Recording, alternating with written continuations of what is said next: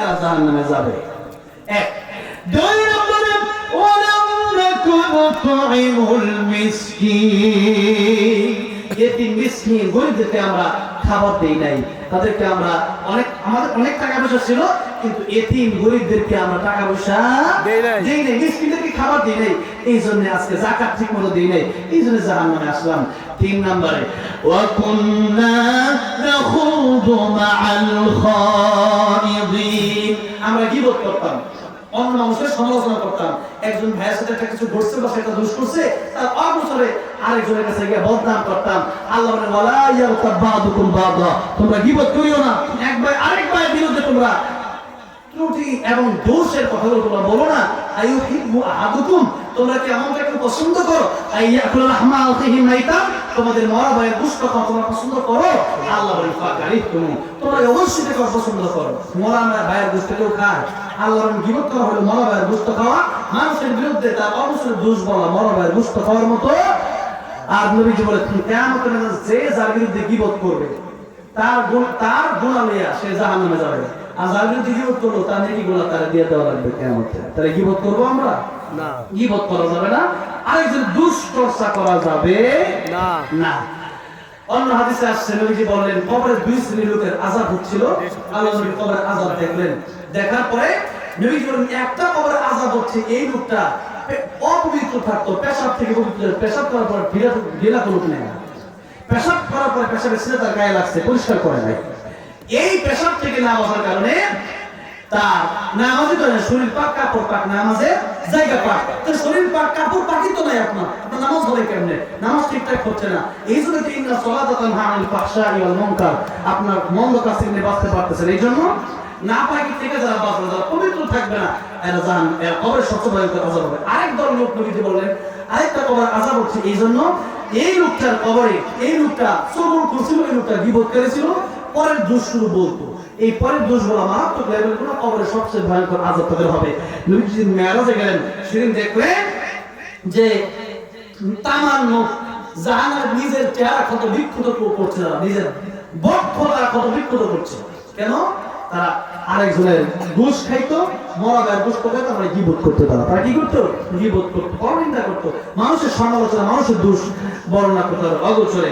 এই জন্য এই গীবত থেকে আল্লাহ হেফাজত করেন। ৪ নাম্বার ওয়াকুন্না নুকাযযিবু বিয়াউমিদ্দিন, আল্লাহ বলেন পরকালকে যারা অস্বীকার করে, এবং হয়তো আমরা দামি মুসলমান কিন্তু তাকে কামে মুসলমান না, পরকালের কথা বললে অনেক কি কয় যে হুজুর আপনি ওয়াজ করেন চাই, আমার মানলে না মানলে নাই, সমস্যা নাই। আল্লাহ কইল গো ফাযাক্কির ইন্নামা আনতা মুযাক্কির লাস্তা আলাইহিম বিমুসাইতির, আপনি নসিহত করেন, আপনি উপদেশ দেন, আপনি উপদেশ দেন, আপনি শাসক না, আপনি ফিটায় মানুষ বড় বানাতে পারবেন না। কারণ হেদায়েত কপালে না থাকলে তো আবু তালেব হেদায়েত পায়, হেদায়েত কপালে না থাকলে নূহ আলাইহিস সালামের কেনান হেদায়েত পায় নাই।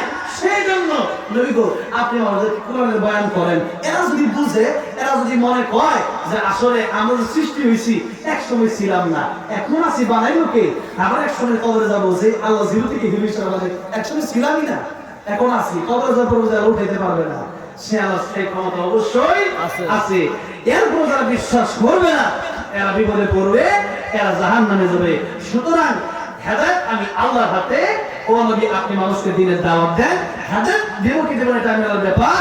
যদি সে মনে করে জান্নাতে যেতে হবে তাহলে তার মানতে হবে, না মানে সে জাহান্নামে যাবে, নিজের কপালে নিজে কোড়াল মারবে। সেই জন্য আজকের এই আলোচনাগুলো যতক্ষণ করলাম, এই আলোচনাগুলো আমরা যদি না মানি, আখিরাতের জন্য ধাবিত না হই, আর পরকালে যদি আমরা যদি এভাবে বলে কাটায় দিই পরকাল কিরকমটা বলে দেওয়া যাবে, তাহলে কিন্তু এই আয়াতের অন্তর্ভুক্ত হয়ে জাহান্নামে যাওয়া লাগবে।